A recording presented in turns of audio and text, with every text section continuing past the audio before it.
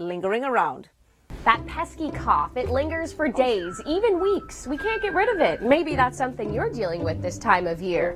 Well, we've got a few ideas to help you cope.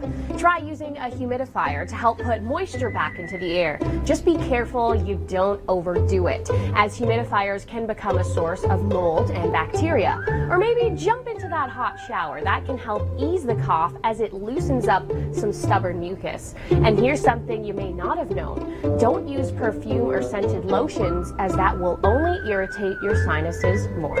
For the Weather Network, I'm Rachel Schoutsen. This weather segment